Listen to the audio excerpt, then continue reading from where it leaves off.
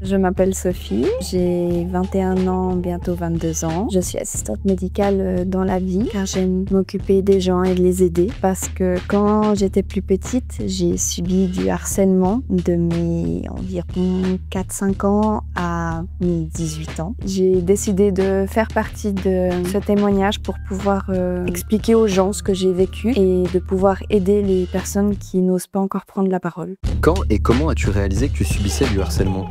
Il m'a fallu beaucoup de temps. J'en ai vraiment pris conscience vers mes 16 ans. J'ai décidé de tout garder pour moi, de souffrir seule, jusqu'à ce que dans mon apprentissage, mes collègues en ont pris conscience que j'allais pas bien. La médecin a directement vu que en fait, j'étais en dépression depuis elle savait pas combien de temps, mais du coup elle m'a envoyée d'urgence chez une psychiatre. Du coup j'ai un suivi psychiatrique depuis maintenant 5 ans. Raconte-nous ton rapport à la psychiatrie. Déjà, pour moi, aller voir une psychiatre, ça voulait dire que j'étais folle, alors que pas du tout.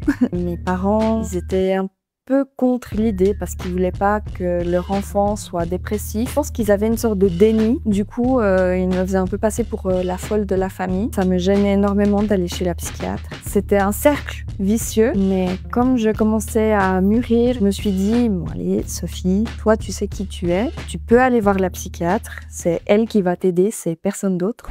Raconte-nous ton rapport à la confiance en soi.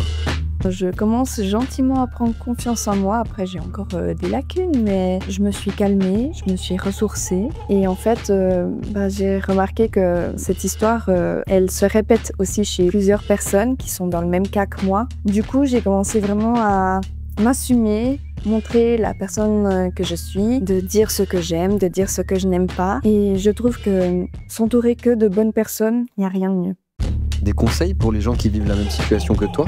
Le plus important, c'est à la première critique qu'il nous fait, directement, si on a le courage de rétorquer. Et si on n'a pas le courage, c'est pas de le garder pour nous, car ça sert à rien. Alors, il faut en parler à quelqu'un de mature. Ça peut être vraiment n'importe qui, juste une personne qui nous écoute. Si vous avez le courage de le dire à vos parents, il faut pas avoir peur de les décevoir.